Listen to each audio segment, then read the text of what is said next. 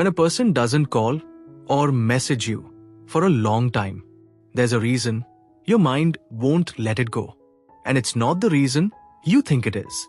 Today, I'm going to explain exactly what silence does to the human brain.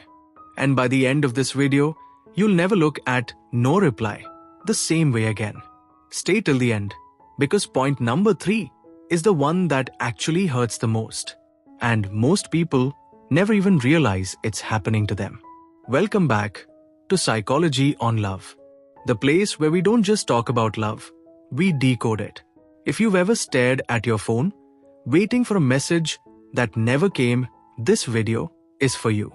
So hit subscribe, turn on the bell, because understanding this could change the way you handle silence forever. Let's get into it. Here's the first thing you need to understand.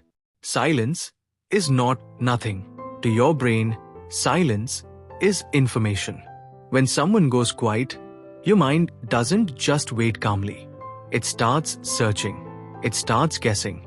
It starts building stories. Are they busy? Are they angry? Did I do something wrong? Have they lost interest? Your brain hates uncertainty more than it hates bad news. In fact, psychologists have found that not knowing is more stressful than knowing something painful. That's why silence can feel worse than an actual rejection. Because rejection, at least, gives you an answer. Silence gives you nothing.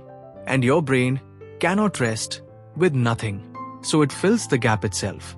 With fear, with overthinking, with imagined scenarios that are usually far worse than reality. Now, here's the second truth. The longer the silence lasts, the louder it becomes in your head.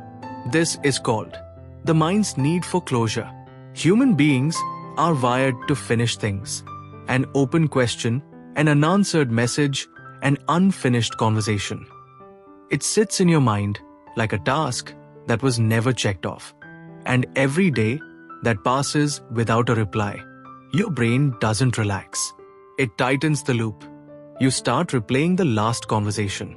You start reading your own messages again, looking for clues. You start imagining what they might be thinking about you right now. This isn't weakness. This is your brain doing exactly what it was built to do. It's trying to complete an incomplete story.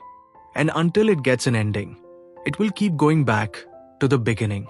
Now, let's talk about the part nobody prepares you for. Point number 3. When someone goes silent, you don't just miss them. You start missing your own sense of security. Think about it. Before the silence, you felt certain. You knew where you stood. You had a sense of, okay, they care.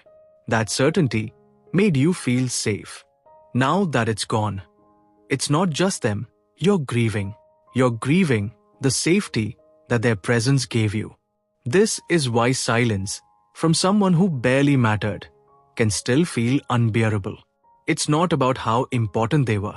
It's about how much certainty you lost. And here's the hard truth. Most people spend weeks trying to get the person back, when really, what they're trying to get back is that feeling of safety. The person was never the actual need. The security was. And once you realize that, you can start rebuilding that security from within yourself, instead of waiting for someone else to hand it back to you. Now, let's talk about why this hurts more with certain people. Not everyone's silence affects you the same way. If someone was consistent before and suddenly goes quiet, it hits harder because your brain had built a pattern, a rhythm, an expectation. And when that rhythm breaks suddenly, your mind doesn't just notice the silence. It notices the absence of something it had gotten used to. This is why silence from someone who used to text you every day feels heavier than silence from someone who barely spoke to you at all. It's not really about them. It's about the pattern your brain had already memorized. And when a pattern breaks, the brain treats it almost like a loss, even if nothing was ever officially lost. So, what do you do with all of this?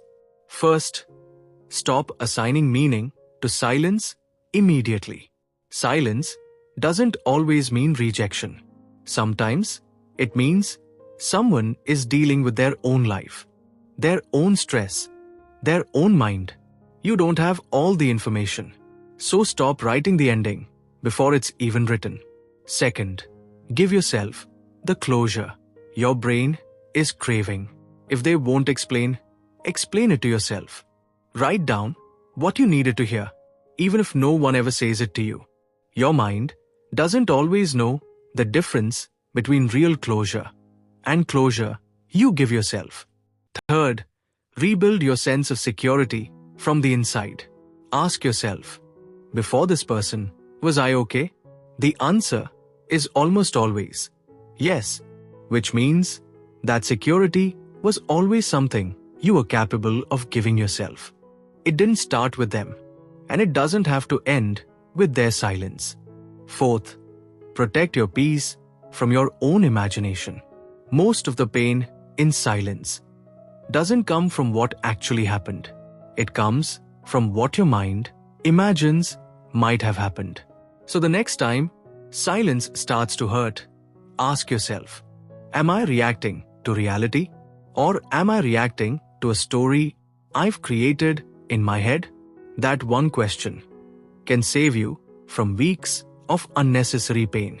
If this video finally explained why silence hurts more than words ever could, that's exactly why this channel exists.